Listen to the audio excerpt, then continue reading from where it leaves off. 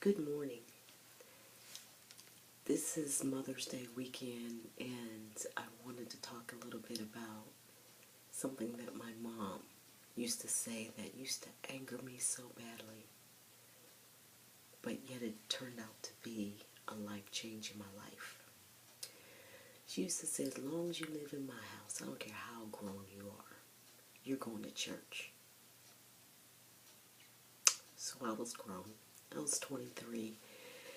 And we were going to a church called Metro, and we were doing a shut-in. I had never been to a shut-in before. I didn't really know what that was, but what it ended up being is we had to fast. And then we stayed at the church all night, and there were like services all during that night and then during the morning and afternoon. And so I was working a job, and I had worked my shift, 3 to 11 shift, Harmerville Rehab. I left there. I went to the church. I was mad because I didn't want to be there. I had just worked 3 to 11. I was tired, and I fasted, so I was hungry. Not a good combination. Got to the church, it had already started, and I went out to the second row where I always sat with my friend, Debbie.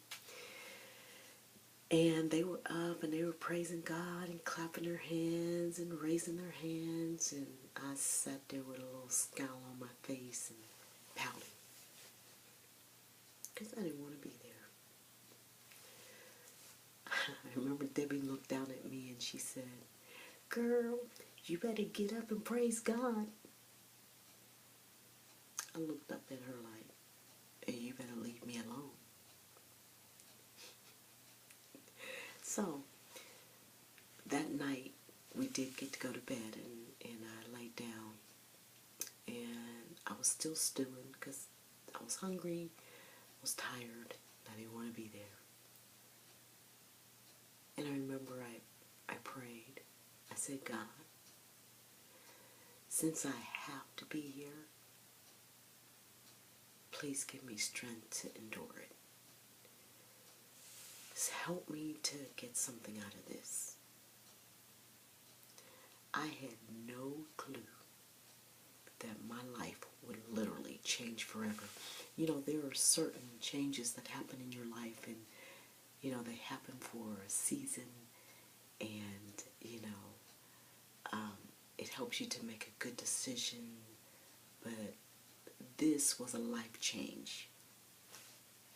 I was a church girl. I was a PK, preacher's kid, and I had gone to church all my life, and I really, really had a desire to live for God. I did have that desire, but I didn't have the ability or the power to live the way I wanted to for God.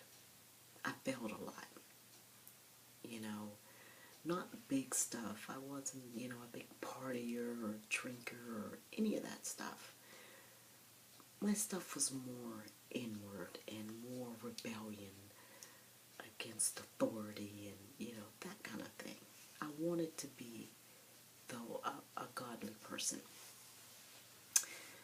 And so that next morning, the preacher, I still remember the sermon, and I'm telling you, I was like 23 years old, and I'm 53 now.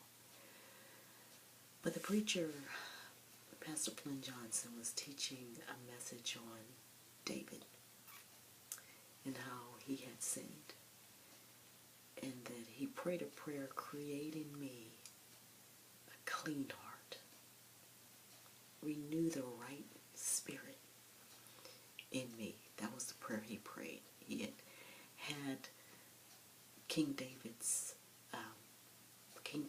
had Uriah, one of his top men who fought for him. He had him killed just so that he could get his wife. He wanted Uriah's wife. And so he had her husband killed. So you know he was doing some serious repenting because he knew better. don't know. After that sermon, he had a prayer. We all bowed our heads, and he was praying, and he was giving an altar call, and and all of this, but something happened to me during that service. Something happened, a life change.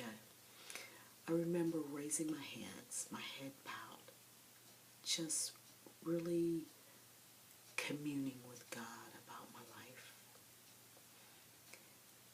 It felt like somebody touched my hands, like somebody had touched my hands, like they were holding my hands. And I don't know how long I was there, but hands raised, tears streaming down my face. And there was a cleansing and a renewing going on the inside of me. I couldn't even explain it. When it was over, there were people standing around me asking me what happened. And I was like, well, whoever touched me, whoever was touching my hands, I felt, and they're like, nobody was touching you. We were watching, nobody was touching, but we could see something was going on. And it was God. He was really, truly touching my life. I never had that struggle a day in my life after that. The struggle of wanting to, for lack of a better term, wanting to be a Christian, wanting to really live right. I never had that struggle again. I had the desire and the want to and the power to live that life. I was now filled with the presence of God, where I had the ability to live the life I wanted for Christ. I am so glad that my mom had that tenacity. I don't care how old you are, as long as you live in my house, you will go to church. It wasn't church that saved me, but church was the vehicle that God used to bring a life change for me. I had a life change. A life change. If you're a mom, don't be afraid to make those hard decisions for your kids. You're praying for them every day. You're believing God for them to make the change toward God, or to live right, or to get off drugs, or whatever the situation is. I've had my share of those kinds of things as a mom of 4 children, all grown now. I've had my share. Still praying. But those hard decisions that we have to make as parents, they really do pay off. They pay off. Never stop praying. Never stop encouraging your children. Never stop loving your children. Never give up on your children. Know that God hears your prayer. And know that He's working. Even when you don't see Him working, He is working. He is working. He is working. Be encouraged today, Mom. And God bless you.